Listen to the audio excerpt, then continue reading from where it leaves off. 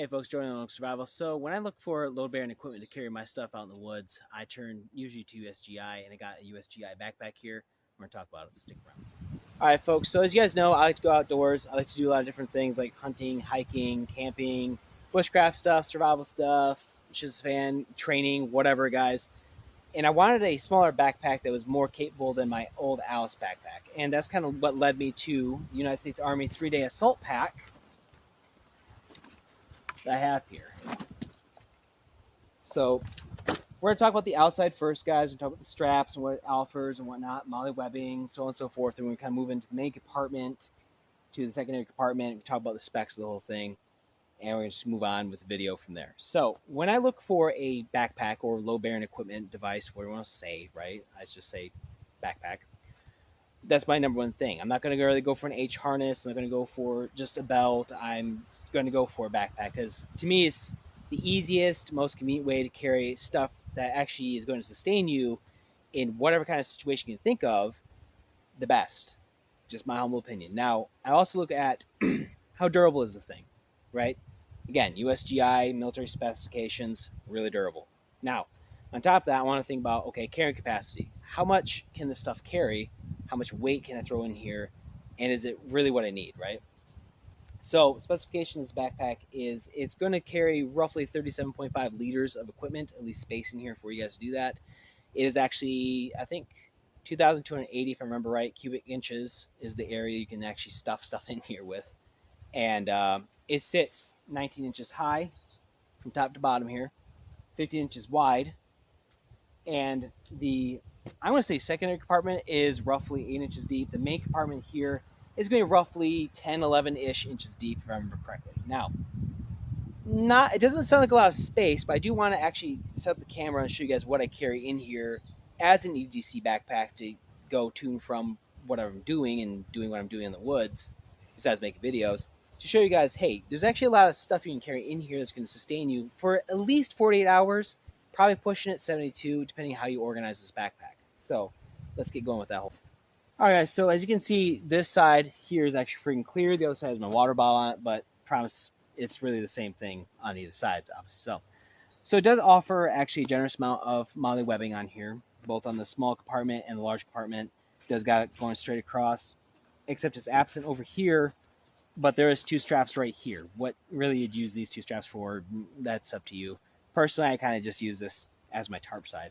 Now, along with that, I do have to say it does have some nice compression straps as well. So say this isn't full or this main compartment isn't full, you can actually just strap or ratchet these down, if you will, the straps. That way your load's actually nice and close to your body, so the weight's actually nice and close to your center of gravity, so it's more balanced, it's easy to carry, you can move with more agility, and it's not all catawampus bouncing around causing chafing, rubbing, and discomfort, right?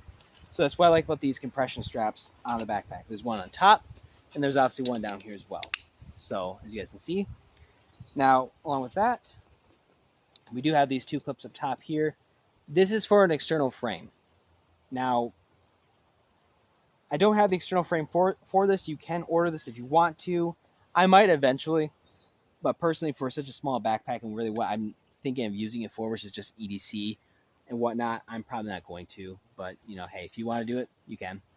Now, on top of that, it does have some molly webbing right here as well. You can actually throw, say, your medical pouch right here on the outside, or maybe a photography pouch, food bag, whatever you want to put there, another water bottle, you know, whatever. The choice is yours. It's molly, so put what you want. Now, it does actually have two of these little flaps. These are for radio antennas, or you can throw your camel pack tube right through there as well. I just have this radio in here to kind of show you guys you can do it. Now, at the bottom here, it actually does have some more molly, as you guys can see, and it does actually have, I call them water holes, but drainage holes right here. So in case this does get submerged in water, it's raining heavy, the water will actually drain out the bottom. Now, these are actually part of a system. This whole backpack is really that we can actually throw on a, I think it's the ACU, I can't remember the actual model, guys, forgive me, but it's the actual like waist belt, I guess. Looks like a gigantic fanny pack from the United States military. And what that enables you to do is actually throw, like, say, extra clothing, your poncho, your tarp, whatever. If you don't want to put on the side, you can put on the bottom here as well. So kind of convenient to carry there. Now, The straps themselves, I'm not going to talk about what I want to talk about yet. But the straps themselves are nice. There's MOLLE right here. Again, you can clip something to it, whether it be like a speaker like this, could be your navigation bag, compass, pace speeds, whatever you guys really want. Again, it's MOLLE. But it does have chest strap, or a chest strap, excuse me. So that's kind of nice. Helps keeps things nice and tight to you.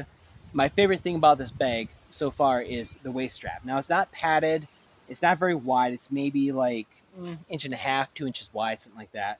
But either way, though, it does help distribute the weight to your pelvic girdle and take some weight off your shoulders, making it more comfortable to carry over longer distances. It does got a little nice ID card thing in here, so you can slip your ID in there if you want to for whatever reason, but hey, it is what it is. So there's that, guys. It's kind of the outside strap area of the whole backpack. And we're getting to the main compartment now. I'm going to show you guys what I actually have in there. Just kind of unload it on camera so you guys can see I'm not joking around with the carrying capacity being, in my personal opinion, decent, if not good enough. So stick around. All right, guys. So the main compartment here, and this out as well. And just so you guys know, these zippers actually only go halfway down the backpack itself in the main body, which is fine for me. It doesn't have to go all the way down. But here I got like a personal care bag, got bug spray, body powder, Vicks Vapor Rub, Myosports drink, extra pair of socks. So there's that. Little bit of trail mix left there. I have my compass and pace speeds in that.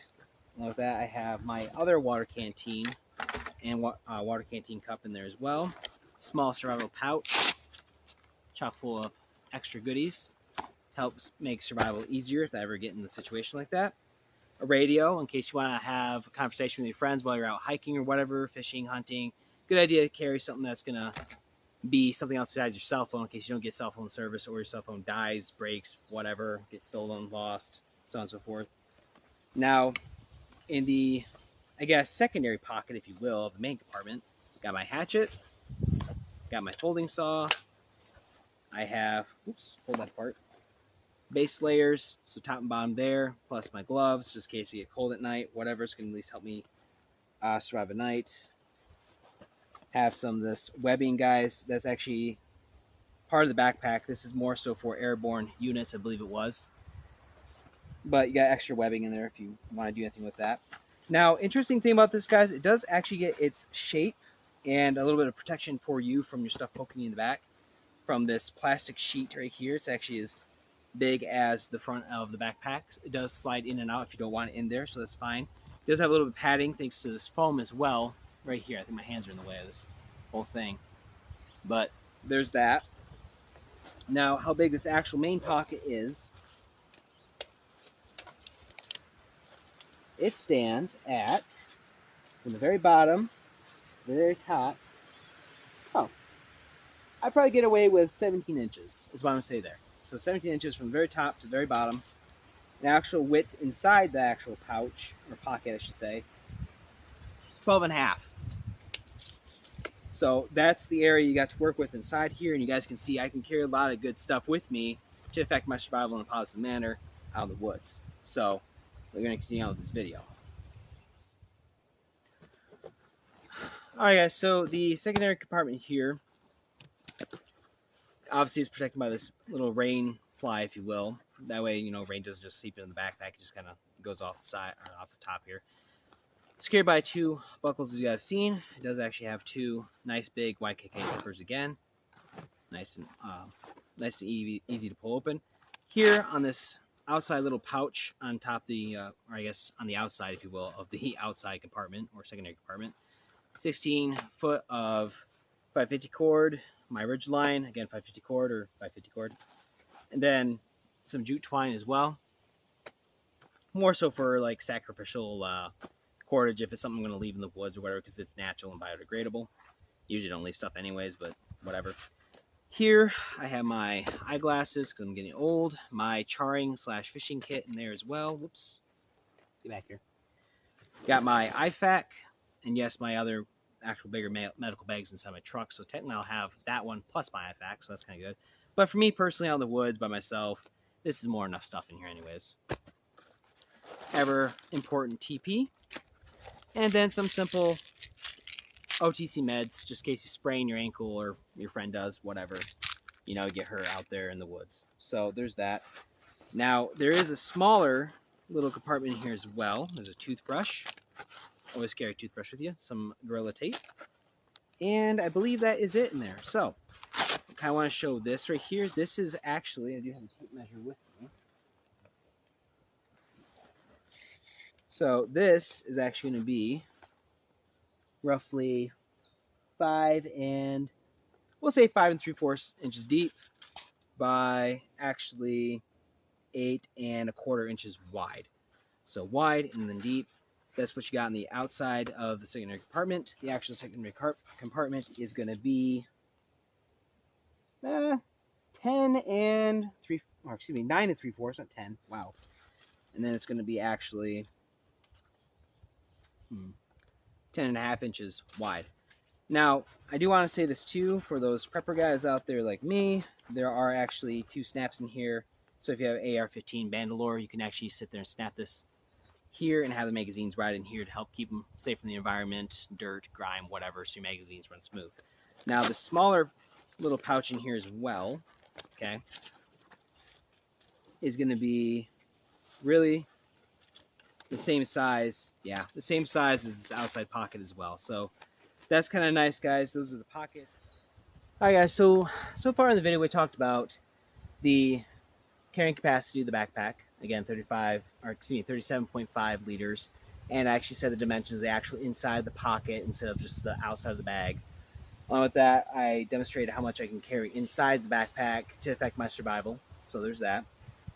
Ease of access. You guys see just me pulling stuff out. Really easy to get to stuff, organize stuff if you want to as well. Durability, again, it's made out of nylon. It's to military specifications, and this stuff goes through a lot of different abuse. And these type of backpacks, they'll say this model of backpack has been time tested over and over again, especially during GWAT. So we know these work. They're capable.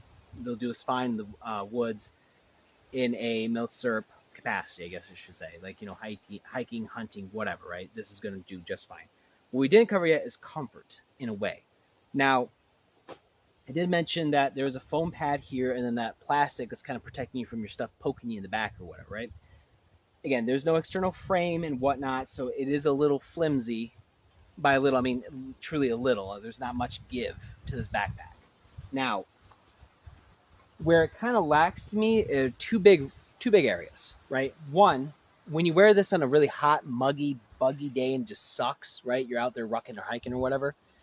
That's kind of what it sucks, because there's no gap between you and the back of the backpack here, right? There's no external frame to kind of help push that away, like an old Alice pack, to kind of let air flow through there and cool off your back, which, if it's not being cooled off, can lead to you sweating. Now, if you sweat, that can lead to, say, chafing and rubbing if you're not wearing this backpack correct, or your load's kind of unbalanced or whatever.